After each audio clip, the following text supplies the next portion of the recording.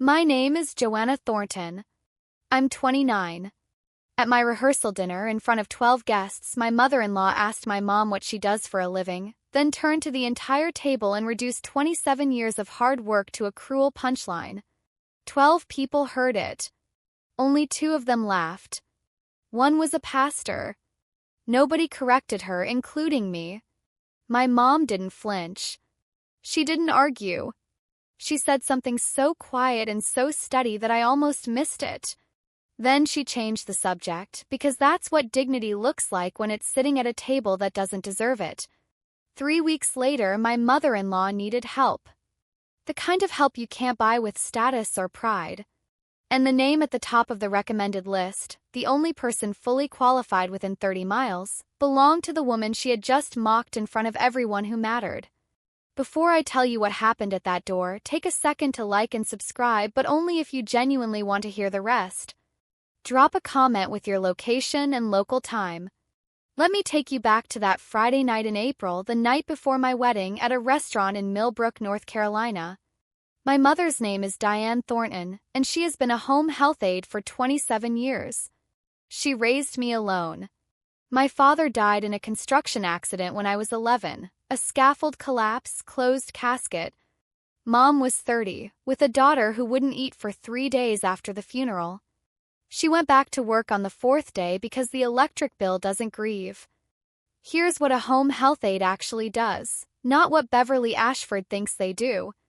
Mom wakes at 5 a.m., drives 40 minutes to her patient's home, checks vitals, blood pressure, oxygen, temperature, administers medications, performs physical therapy exercises, prepares meals that match dietary restrictions down to the sodium, bathes patients who can't lift their own arms, changes wound dressings, and monitors for infection.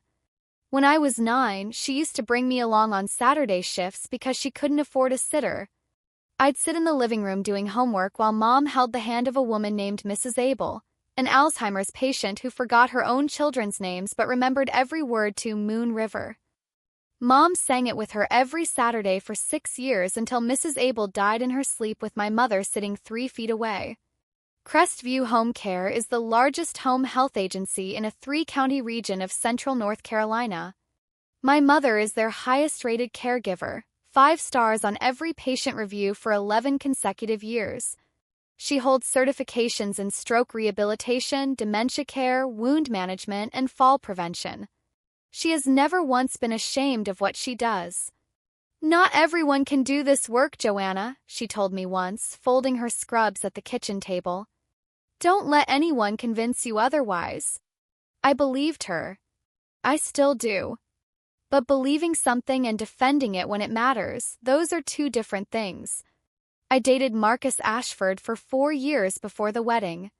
He's a civil engineer, quiet, steady, the kind of man who double-checks load calculations and worries about bridge inspections on his day off.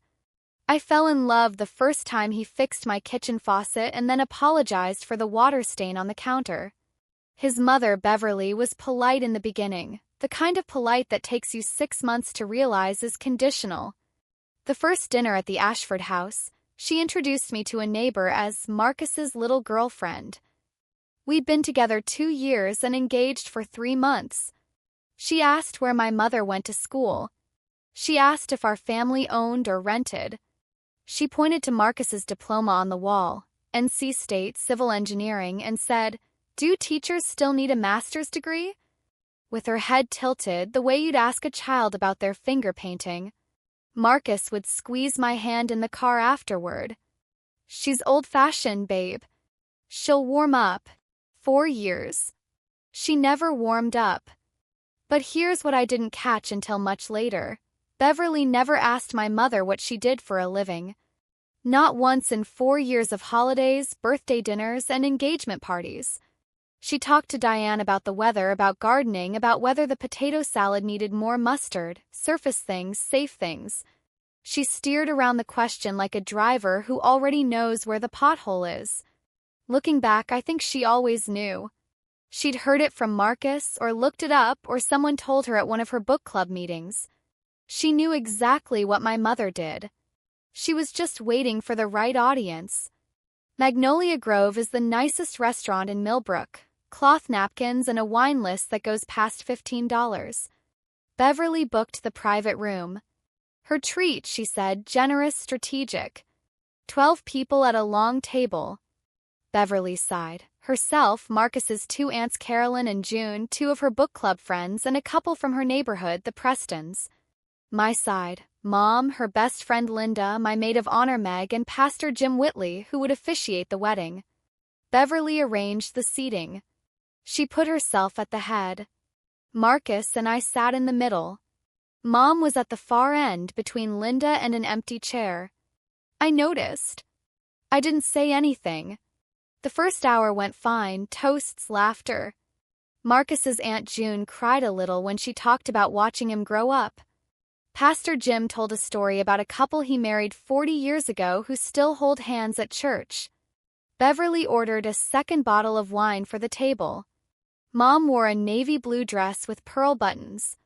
I knew she'd saved for 3 months to buy it. I'd seen the layaway receipt on her kitchen counter in January. She looked beautiful, straight-backed, smiling like a woman who belonged there because she did. Then dessert came, and Beverly started making the rounds. She pulled up a chair next to each person, chatted, laughed, touched their arm, working the room the way she always did, gracious hostess, center of gravity. She saved my mother for last. Beverly pulled out the chair next to Diane, sat down, crossed her legs, and smiled. So, Diane, she said, loud enough for the whole table to hear, I don't think I've ever asked, what exactly do you do for a living? My stomach dropped. Not because of the question, but because of the smile. My mother set down her fork, folded her hands in her lap, and did the thing she's done 10,000 times in 27 years of walking into rooms where no one thinks she belongs. She met it head on. I'm a home health aide, Mom said, calm and clear. Have been for 27 years. Beverly didn't look at Mom when she answered. She turned to the table, all 12 faces, and raised her eyebrows like she'd just heard something amusing. Oh, Beverly said. So you clean up after people for money. The room stopped. Linda put her knife down. Pastor Jim looked at his plate. Aunt Carolyn pressed her lips together. Aunt June covered her mouth with her napkin, but I heard the laugh behind it. Beverly's friend Marlene let out a small, high sound. Not quite a gasp, not quite a giggle. Prestons looked at each other. Marcus's hand found mine under the table. He squeezed. I squeezed back so hard my knuckles went white. Mom smiled. Not a weak smile, not a polite smile. The smile of a woman who has heard this sentence in 10 different forms from 10 different people across 3 decades of doing work most human beings wouldn't last a week in. Someone has to, Mom said. Beverly laughed. She reached over and patted Mom's shoulder, the kind of pat you give a golden retriever. Well, at least you're honest about it. She stood up, straightened her blouse, and walked back to her seat at the head of the table. Mom's hand found mine under the tablecloth. She squeezed once, gentle, steady. Don't. Not tonight. I listened. I sat there with 12 witnesses and a mouthful of words I didn't say, and I listened to my... She didn't eat another bite. I watched the dessert plate sit untouched in front of her for 20 minutes. She moved the spoon once so it looked like she had tried it. Marcus leaned toward my ear. I'm sorry. I'll talk to her. When? I whispered. After dessert. He didn't answer. Pastor Jim, a man who has led a congregation for 30 years and can read a room the way my mother reads a blood pressure chart, pulled his chair closer to Mom and asked about her work, genuinely. Tell me about your patients, Diane. What's the longest you've cared for someone? Mom told him about Mrs. Abel. 6 years. The Alzheimer's, the singing, the way Mrs. Abel's son cried at the funeral and told Diane, you gave my mother 6 more years of feeling like herself. Pastor Jim placed his hand on the table near my mother's. That's ministry, Diane, he said. That's real ministry. The head of the table, Beverly was laughing with Marlene about a cruise she was planning. She never glanced in our direction once. When the valet brought the cars around, Beverly kissed Marcus on the cheek, shook my hand, and said, "Lovely evening. I'll see you at the altar." She walked past my mother without a word, not even a nod.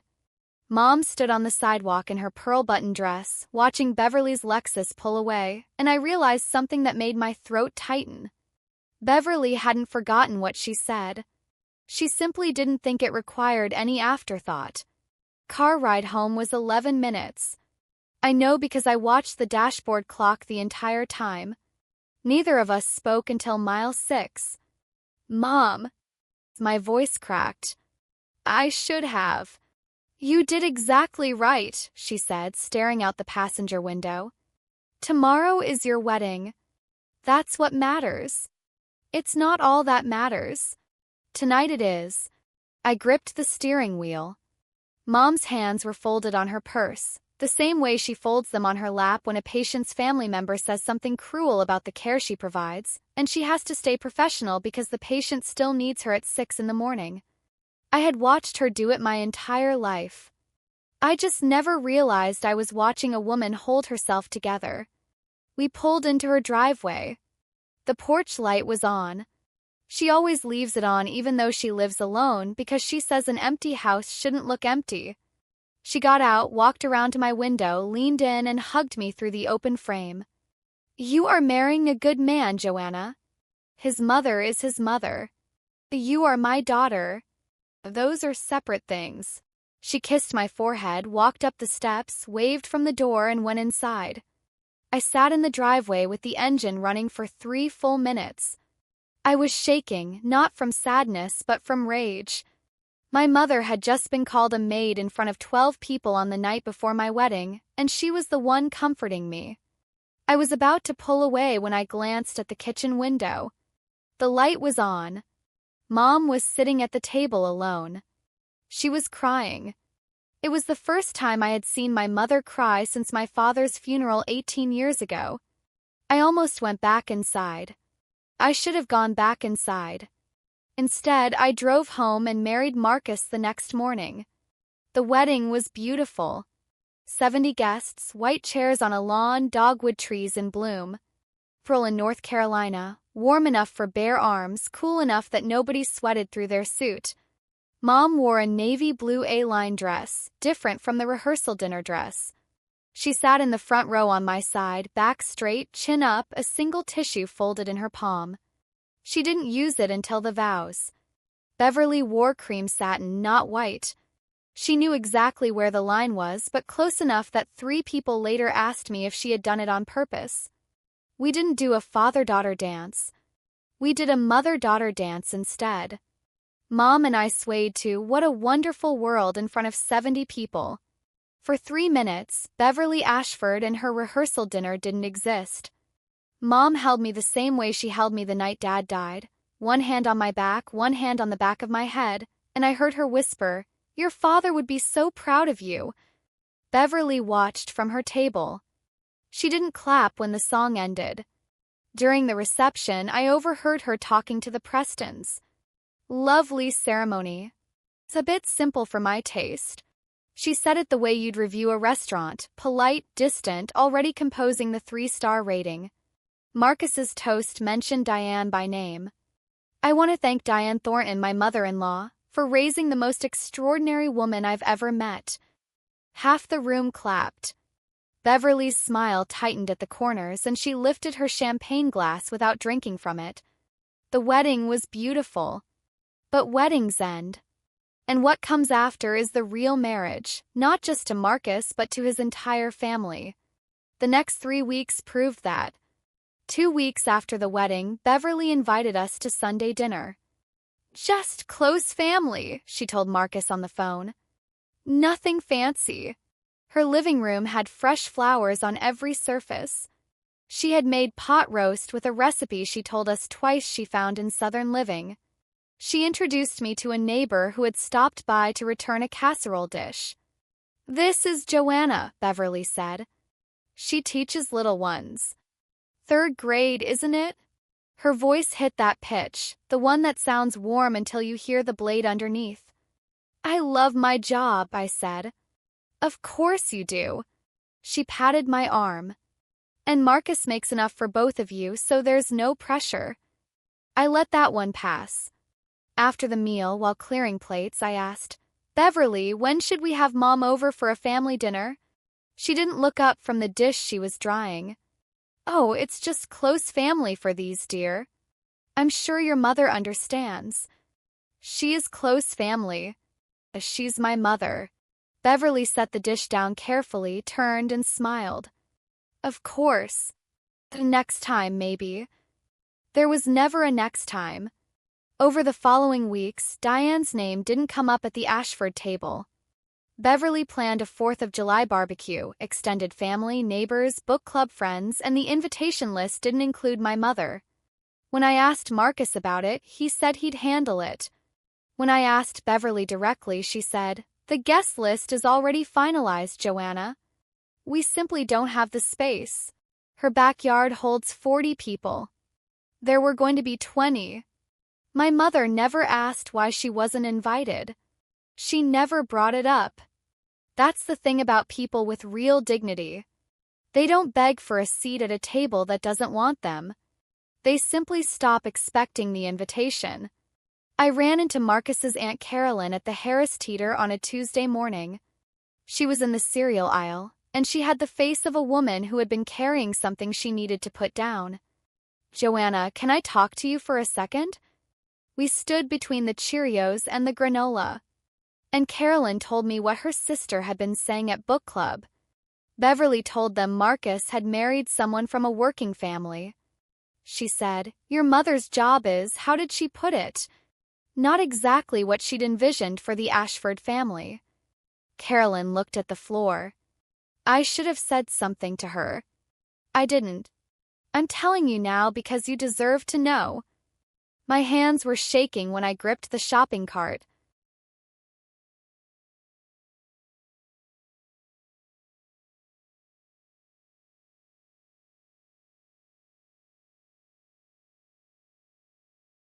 I thanked Carolyn. I paid for my groceries. I drove home. That night I told Marcus everything, word for word. He leaned back on the couch and ran both hands through his hair. I'll talk to her. You said that 3 weeks ago. What do you want me to do, Joe? You want me to cut her off? I want you to tell her my mother deserves respect. In the same room, in front of the same people. He stared at the ceiling for a long time. Then he picked up his phone and called Beverly. I could hear her through the speaker from across the room. Her voice went high and watery within 10 seconds. I never said anything cruel. Marcus, Carolyn misunderstood. You know how she gets. I was just making conversation. Marcus closed his eyes. He told her to be more careful. He told her I was upset. He hung up and said, She says it was a misunderstanding. I looked at him. He looked at the wall. He wanted to believe her. Or maybe he just wanted this to be someone else's problem. Either way, it was easier than the truth. Beverly called Marcus on a Thursday. I know because he went out to the garage to take the call. When he came back, he looked like a man who had been handed a map with no roads on it. My mom thinks we should stop, he said, sitting down. She's worried about the kind of environment we'd be raising kids in. She said Dad worked his whole life so I could have more. Gerald was a plumber, Marcus. He fixed pipes. He would have respected my mother. Marcus didn't respond to that. Instead, he said the thing I had been dreading. Do you think maybe your mom is being a bit sensitive about all this? I stood up from the kitchen table. My chair scraped the floor so loudly the dog flinched. Sensitive? She smiled when your mother called her a maid in front of 12 people. She held my hand under the table and told me to stay calm on the night before my wedding. If anyone in this story is the least sensitive person alive, it's Diane Thornton. We slept in separate rooms that night, the first time since the honeymoon. The next morning, I woke to the sound of Marcus on the phone in the kitchen. I stood in the hallway and listened. Diane, I'm sorry for what I said last night about you being sensitive. That was wrong. That wasn't fair. Silence. Then my mother's voice, small through the speaker. Honey, I don't need anyone to fight for me. Just don't let her change who you are. Marcus hung up. He saw me standing in the doorway. His eyes were red. She forgave me in 10 seconds, he said. I don't deserve that. No, I said. You don't.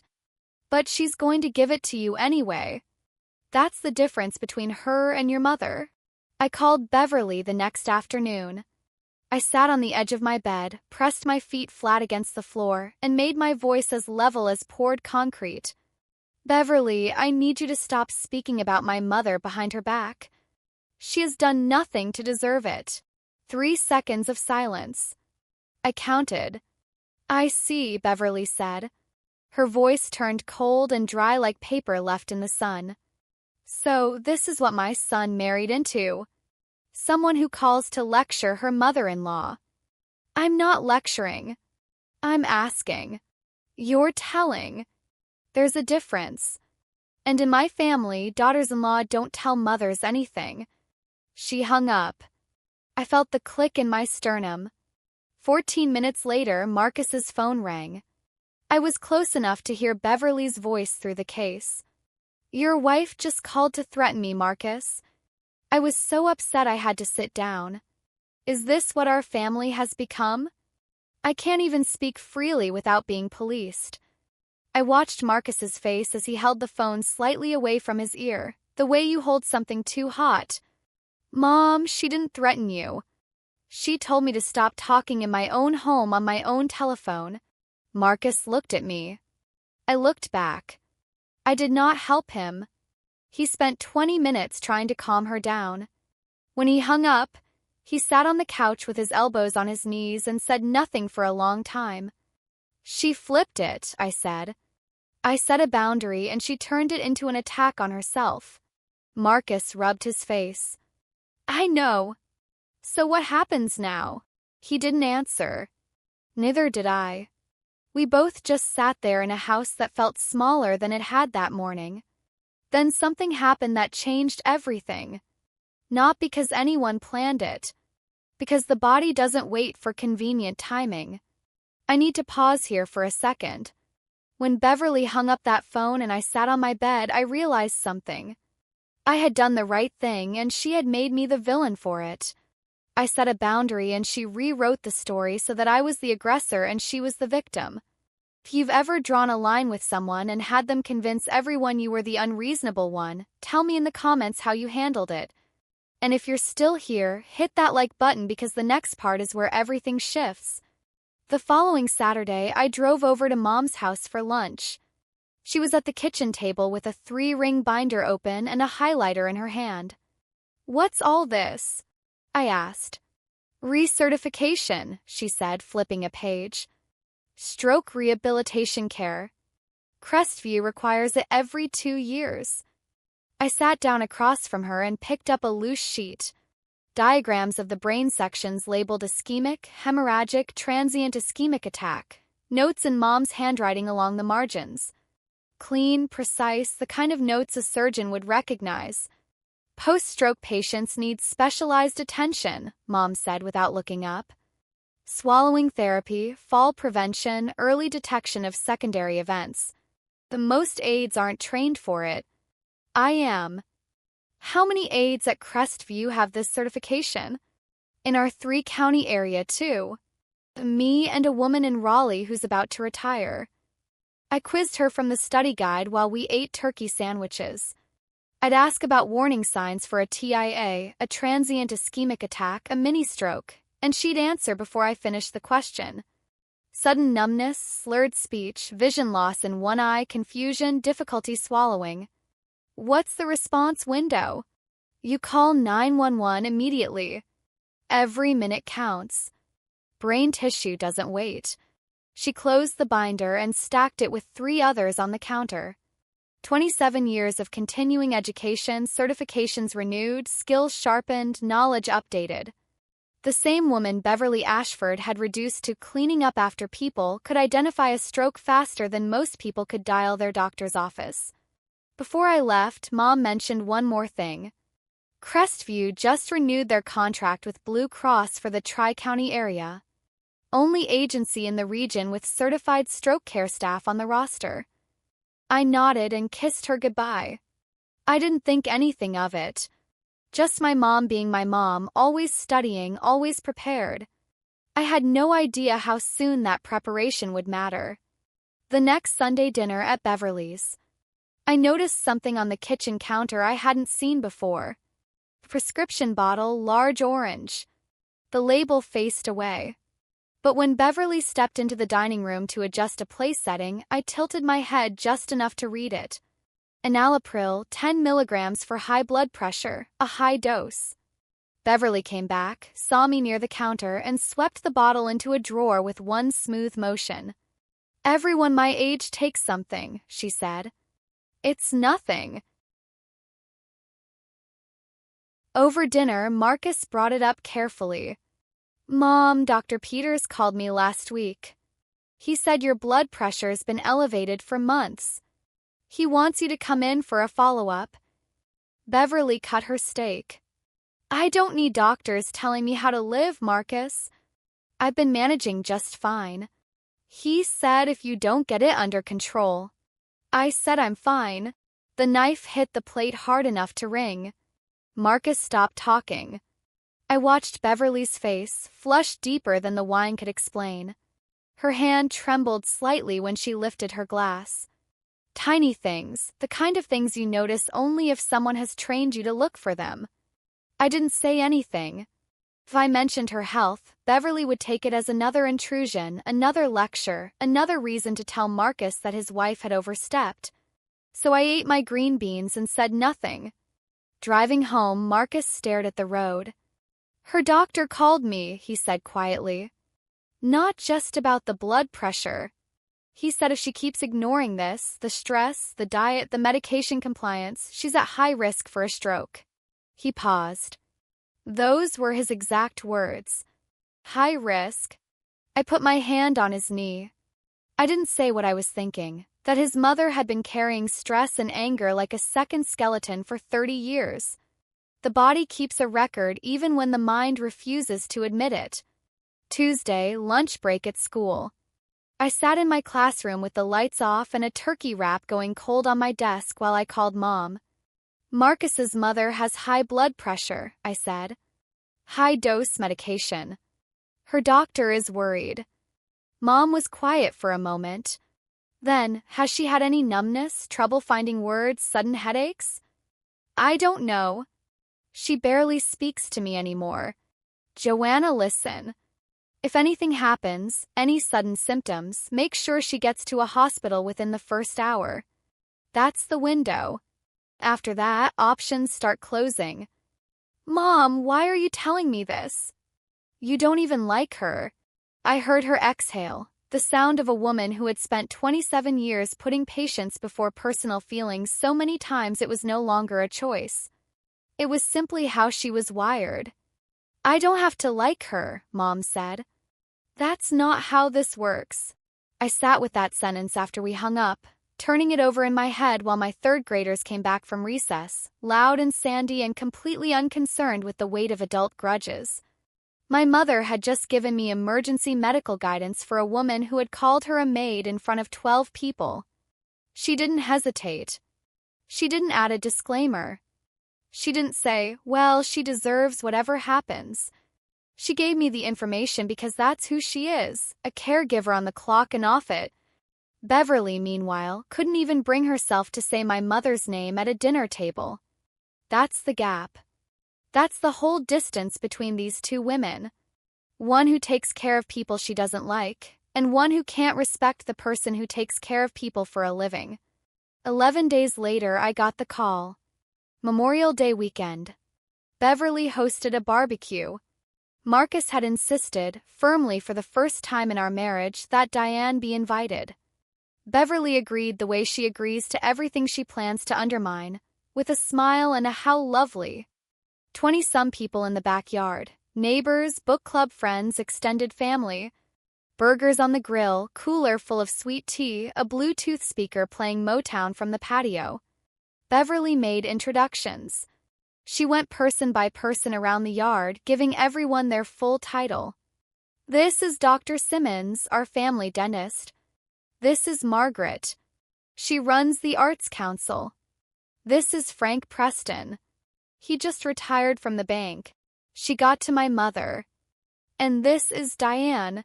She's Joanna's mother. She helps old people at their homes. 27 years of medical certifications compressed into 8 words.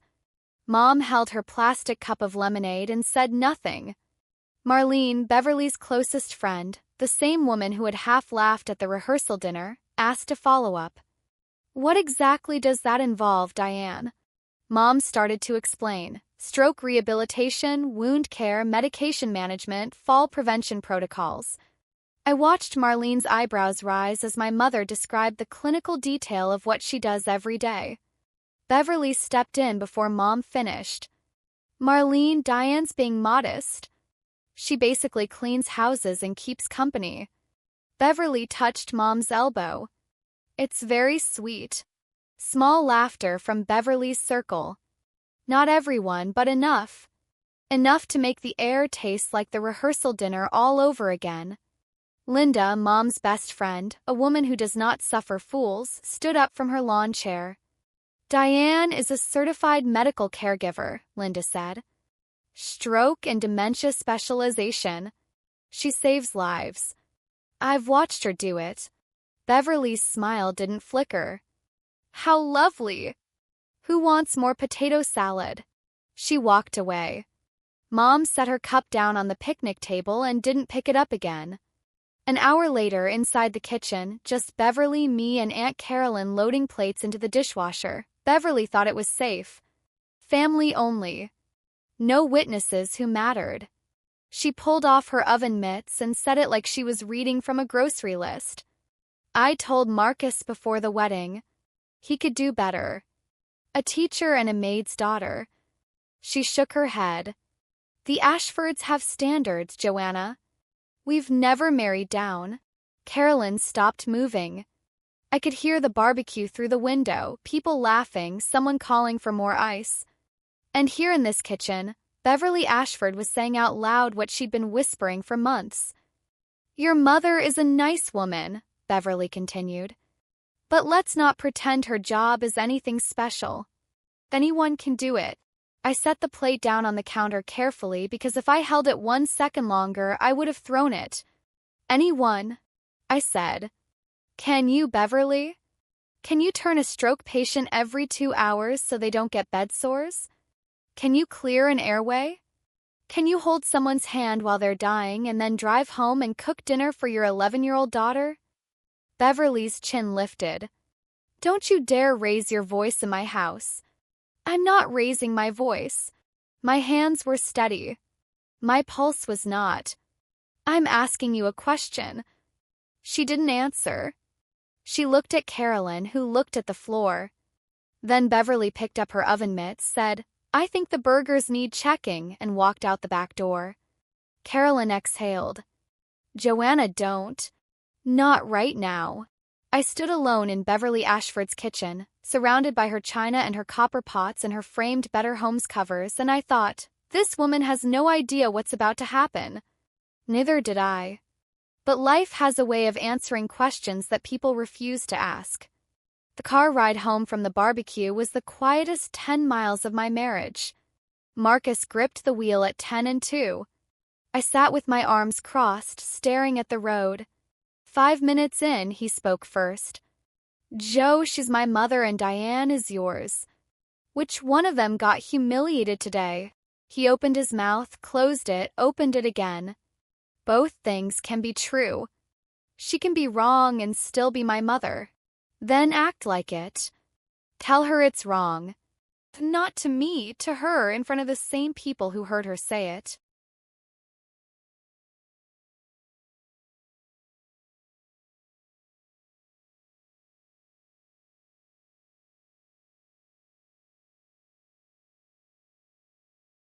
You're asking me to embarrass her.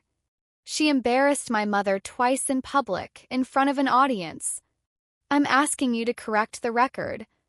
Marcus didn't promise. He didn't deflect. For the first time since the rehearsal dinner, he said the words I'd been waiting to hear. You're right. What she said about your mom at the dinner wasn't okay. It's not okay. It was never okay. I looked at him. His jaw was tight. His eyes were wet. I'll talk to her, he said. This week for real. This time I'll sit her down and tell her that Diane is family, and if she can't treat her with basic respect, then we have a problem. Thank you. Don't thank me. I should have done it 6 months ago. He reached for my hand. I gave it to him. That conversation was on a Sunday. Marcus planned to visit Beverly on Wednesday after work. He'd rehearsed what he wanted to say. I heard him practicing in the shower Tuesday night the way he used to practice presentations for his engineering firm. He never made it to Wednesday. On Tuesday afternoon at 2:14 p.m., my phone buzzed in the middle of a spelling lesson. Marcus's voice was tight. Mom had a stroke. Millbrook Memorial. It's bad. I asked my co-teacher to cover my class. I drove to Millbrook Memorial in 14 minutes. I don't remember a single stoplight. Marcus was in the ER waiting area, elbows on knees, still wearing his hard hat from the job site. His face was gray. What happened? Her neighbor found her on the kitchen floor. She'd been trying to make lunch, dropped a pan, couldn't get up, couldn't speak. That was about an hour ago. The neighbor called 911 at 1:15. They got her here by 1:40. 45 minutes inside the window. Mom's voice echoed in my head. If anything happens, make sure she gets to a hospital within the first hour. Beverly had made it. Barely. The ER doctor came out 20 minutes later. Young, calm, the kind of calm that comes from delivering hard news 100 times. Ischemic stroke, right hemisphere. She's lost motor function on her left side, arm, leg, partial facial paralysis. Speech is significantly impaired. Marcus grabbed my hand. Is she going to recover? With rehabilitation, there's a chance she'll regain partial function, but she's going to need long-term in-home care. 3 to 6 months minimum, possibly longer. The doctor gave us a packet, forms, instructions, a list of approved providers. Marcus opened it with shaking hands. Her insurance covers in-home rehabilitation through contracted agencies. The social worker will walk you through the options. I looked at the first page, a list of approved home care agencies covered by Beverly's Blue Cross plan in the Tri-County area. The first name on the list was Crestview Home Care. I closed the folder, sat down, and stared at a water stain on the ceiling tiles while the world rearranged itself around a fact that was so simple it almost seemed made up. The woman Beverly had mocked was about to become the woman Beverly needed. Marcus called Crestview the next morning from Beverly's hospital room. I was there. Beverly was asleep, sedated, left side motionless, a thin line of drool on the pillow that a nurse wiped every 20 minutes. I listened as Marcus explained the situation to the scheduler. Ischemic stroke, right hemisphere. Needs in-home rehabilitation, swallowing therapy, physical therapy, daily care. The scheduler asked, does she require stroke-specialized rehabilitation? Yes. Let me check our roster for your zip code. Pause. Keyboard sounds. We have one certified stroke rehabilitation specialist available in your service area. I'll assign her to the case. Marcus's phone buzzed with the confirmation email. He looked at the screen, then at me. You've got to be kidding me. I took the phone. The assignment read, Caregiver Diane M. Thornton CNA. Certifications, stroke rehabilitation, dementia care, wound management. Patient rating, 5.0 for 11 consecutive years. Marcus called back immediately. Is there someone else? Anyone else? The scheduler, Ruth Calloway, Diane's supervisor, was direct. Mr. Ashford, Diane Thornton is the highest-rated caregiver on our staff.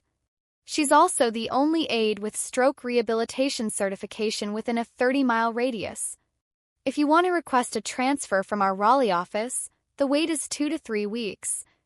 Marcus rubbed his eyes. We can't wait 3 weeks. Then Diane starts Monday. He hung up. We sat in the hospital room listening to the beep of Beverly's heart monitor, and Marcus said, "I have to call Diane." He dialed. I watched his face as it rang. "Diane, it's Marcus. I know this is awkward. You don't have to do this." My mother's voice came through, steady as a level. "Is she getting the care she needs right now?" "No." "Then I'll be there Monday morning." Sunday night, I drove to Mom's house. She was in the living room packing her medical bag on the coffee table the way a soldier packs a kit. Everything in its place. Nothing extra. Nothing missing. Blood pressure cuff. Stethoscope. Disposable gloves in 3 sizes. Swallowing therapy cards. Range of motion exercise guides. Pressure sore prevention cream. Wound dressing supplies. A small notebook with a blue pen clipped to the cover. "Mom." I stood in the doorway. "She called you a maid. In front of everyone. Twice. You don't owe her a single thing." Diane zipped the blood pressure cuff into its pouch and didn't look up. "You're right. I don't owe her anything. Then why are you doing this?" She stopped packing, straightened up, and looked at me with the same steady eyes that have looked at 100 families sitting in 100 living rooms asking why their parent won't eat, why their mother doesn't remember their name, why the bruises won't heal. The woman who had a stroke, the one who can't feed herself right now, she's not the same person who said those things at that dinner. She is the same person, Mom. Maybe. Diane closed the bag and snapped the clasps. But I'm also the same person, and this is what I do. She lifted the bag off the table, tested the weight, and set it by the front door. I'm not going there for her, Joanna. I'm going because if I don't, I'm not the person I've told you I am for 27 years. I hugged her in the hallway. She smelled like laundry detergent and the cocoa butter lotion she's used since I was a kid. She held me for 10 seconds, then pulled back and said, "Go home. Kiss Marcus. I'll see you after my shift tomorrow." I drove home in the dark and thought, Beverly Ashford has no idea what's about to walk into her house. Monday morning, 8 a.m. Marcus opened the front door of Beverly's house. Diane stepped inside wearing her Crestview uniform, navy blue scrubs, white sneakers, her name badge clipped to the left pocket, medical bag in her right hand. 27 years of training behind her eyes. A hospital bed had been set up in the living room, the same room where Beverly used to host her book club, where the Ashford family portrait hung above the mantel in a gilded frame. Beverly in the center of that photograph, hands folded, chin high, the queen of everything she surveyed. The Beverly in the bed was someone else. Left side of her face slack, left arm resting on a pillow, motionless. Her right hand gripped the blanket like a rope over a cliff. She saw Diane. Her eyes went wide. She tried to speak.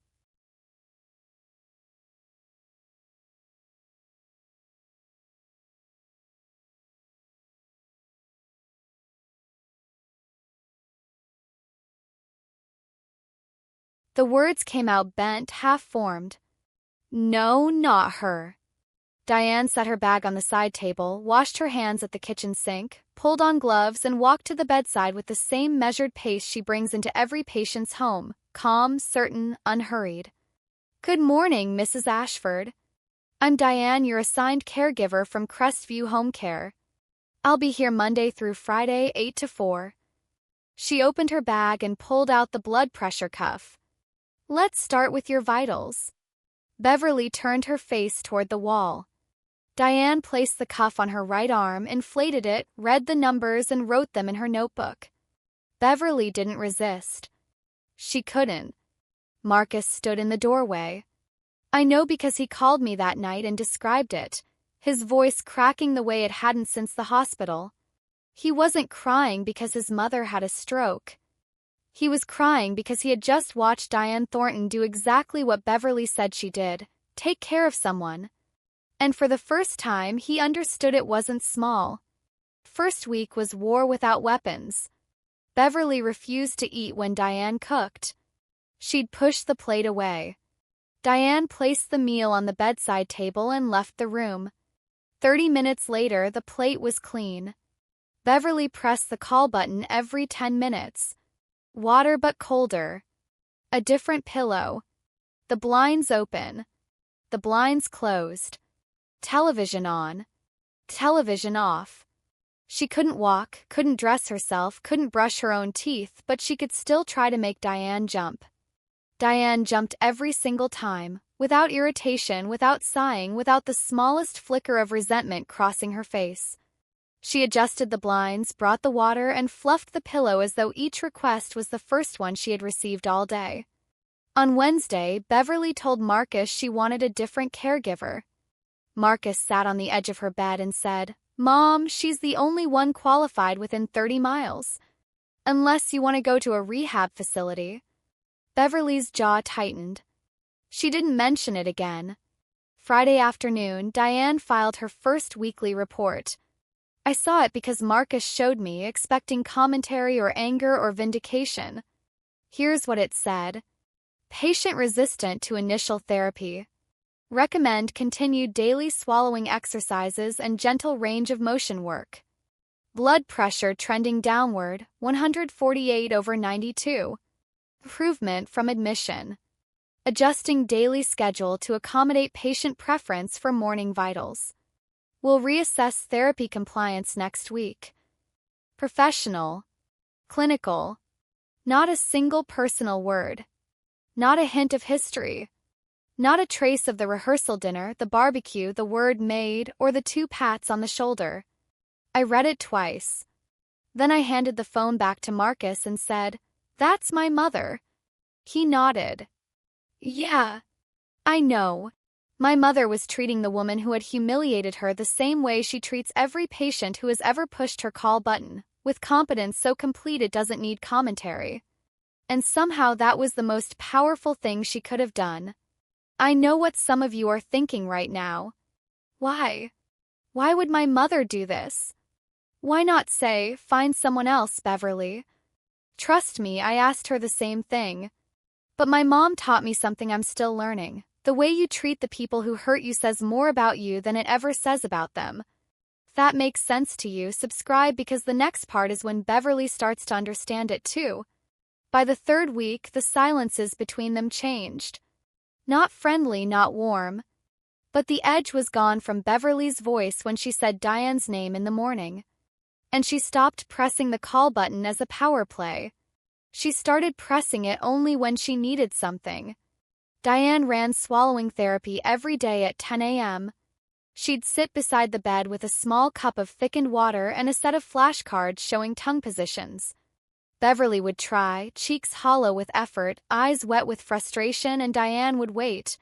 If Beverly choked, Diane wiped her chin, steadied her shoulders, and said, "Again! You've got this." Week 3, Diane found something during the daily skin check, a pressure sore forming on Beverly's left heel. Stage 1, redness that didn't blanch. Diane documented it, repositioned Beverly's leg on a foam wedge, applied a barrier cream, and adjusted the turning schedule from every 3 hours to every 2. Most people don't catch these until stage 2, the visiting nurse told Marcus during a check-in. Your mother's aide caught it early. That probably saved her from a wound that takes months to heal. Marcus called me after. The nurse said, Mom's care is exceptional. Best she's seen in years. Week 4. Diane was helping Beverly with range of motion exercises, holding her left hand, bending each finger slowly, stretching the tendons that hadn't moved on their own since the stroke. Beverly looked down at their hands, her hand in Diane's.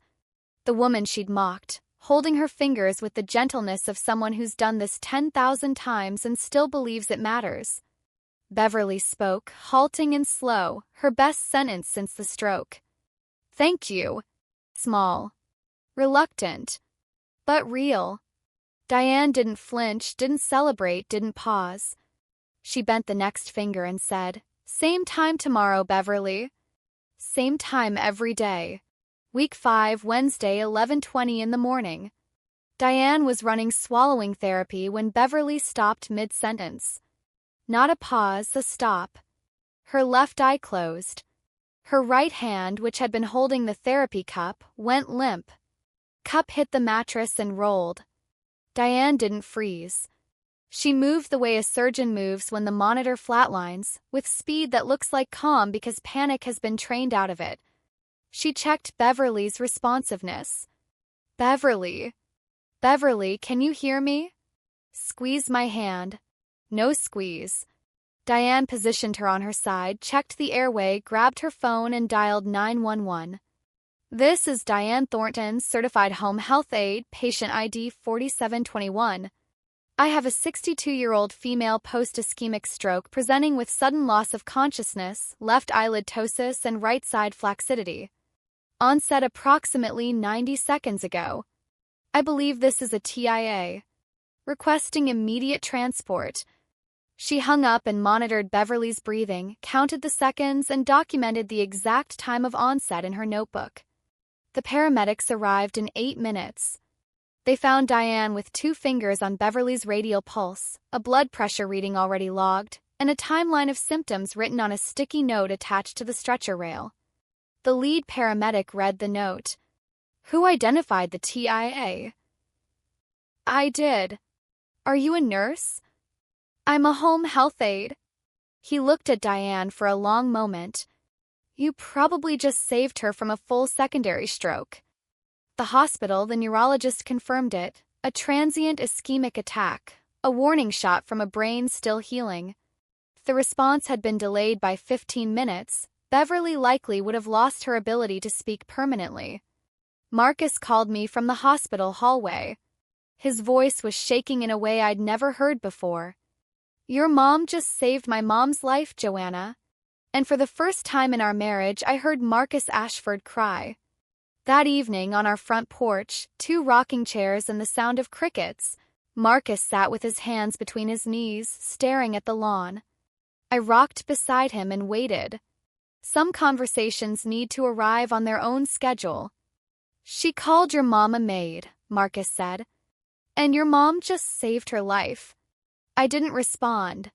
He didn't need me to. I should have said something at that dinner. And I should have stood up when she said it at the barbecue. I kept telling myself it wasn't that bad. That mom was just being mom. That it would blow over. He rubbed his face with both hands. "It was that bad. I know. How do I fix this?" I stopped rocking and looked at him. "You don't fix it. You start different." He nodded slowly. "I need to tell your mother.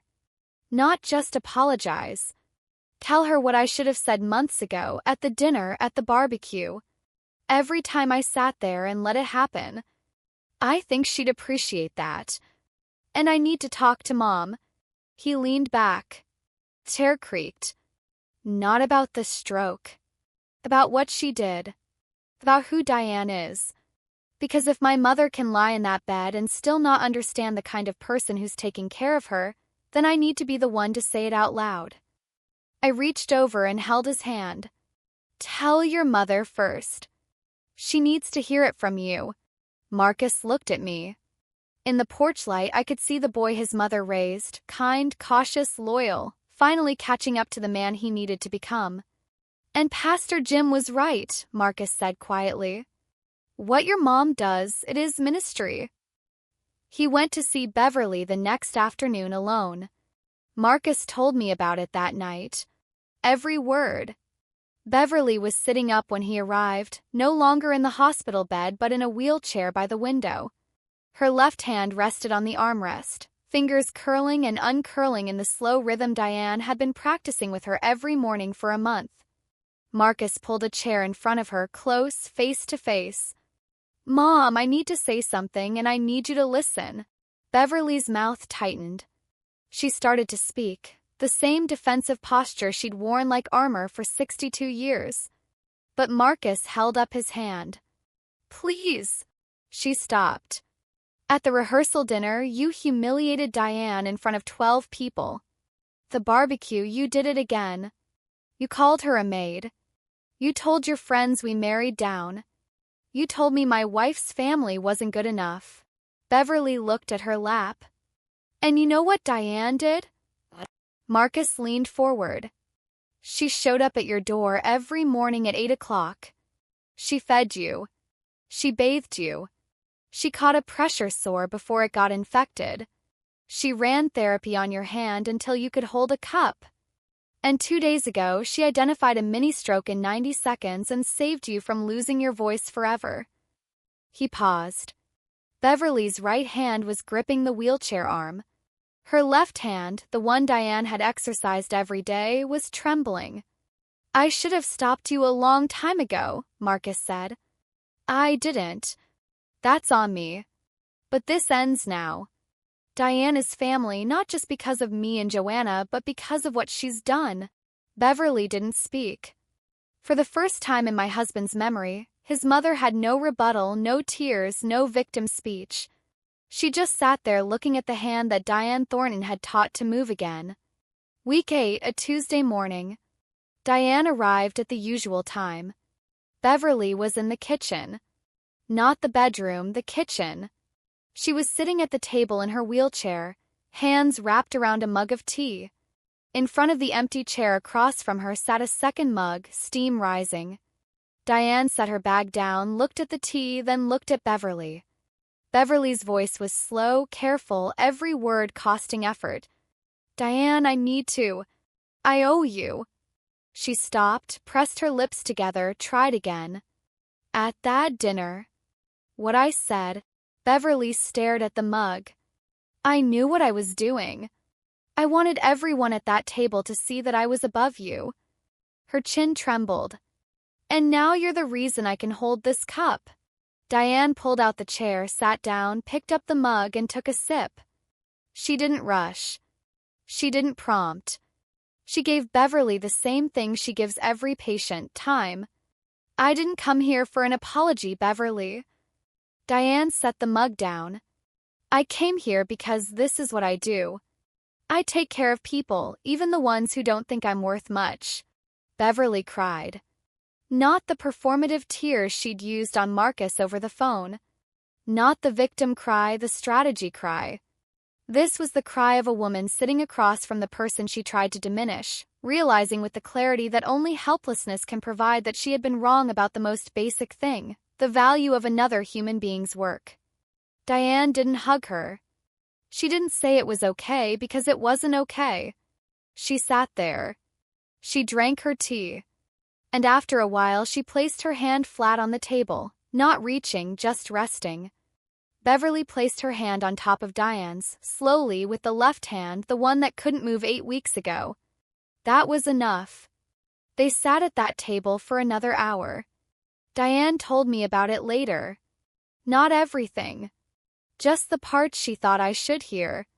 Beverly told her about Gerald, Marcus's father, a plumber who worked with his hands every day for 35 years and never once complained about the work.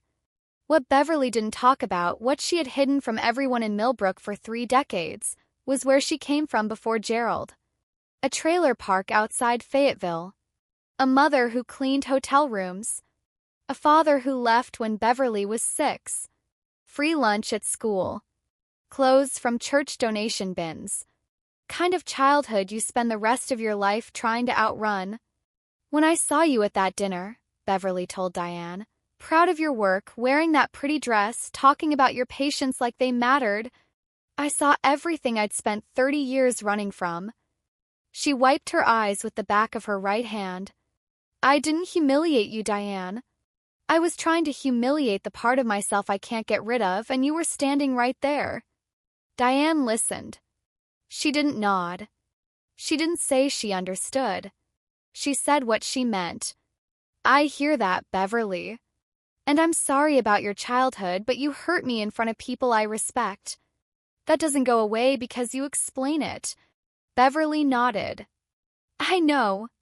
And I wasn't ashamed, Diane said. Not at that dinner. Not at the barbecue. Not once in 27 years. The only person at that table who was ashamed of blue-collar work was you. Beverly flinched. A small one, but real. But I'm still going to take care of you, Diane said. Because that part doesn't change. She stood up, rinsed both mugs in the sink, and pulled on her gloves. Ready for therapy? Beverly wiped her face. Ready. News travels in a small town the way water travels through limestone, slowly, quietly, and into every crack. Aunt Carolyn told the book club not to gossip, but to correct the record. The woman Beverly called a maid at the rehearsal dinner is the same woman who caught a mini-stroke and saved Beverly's life. She's been there every morning at 8 for 2 months. The book club told their families. The families told the neighborhood. By mid-July, half of Millbrook knew the story. Beverly's neighbor, Mrs. Delgado, stopped Diane in the driveway one afternoon. You're the one who caught the TIA. I am. My husband has high blood pressure and diabetes.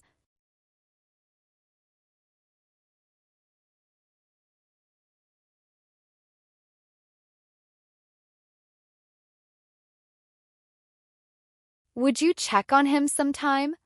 Just a quick visit. Diane gave her a Crestview card.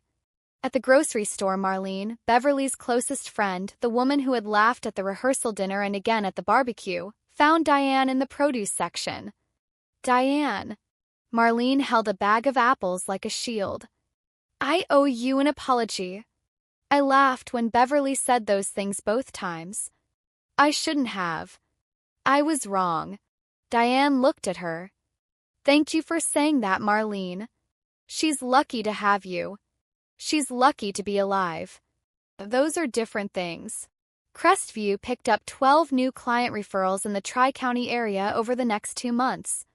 Families called asking for the aide who saved that woman's life. Ruth Calloway submitted Diane's name for the State Caregiver of the Year award. Beverly heard the talk. For the first time in her life, the public narrative was moving without her hand on the wheel. She couldn't edit it. She couldn't rephrase it. She couldn't host a dinner party and redirect the conversation. She told Carolyn she deserved better from me. It was the truest sentence Beverly Ashford had spoken in 30 years. June, 4 months after the stroke. Beverly could walk with a walker. She could eat solid food.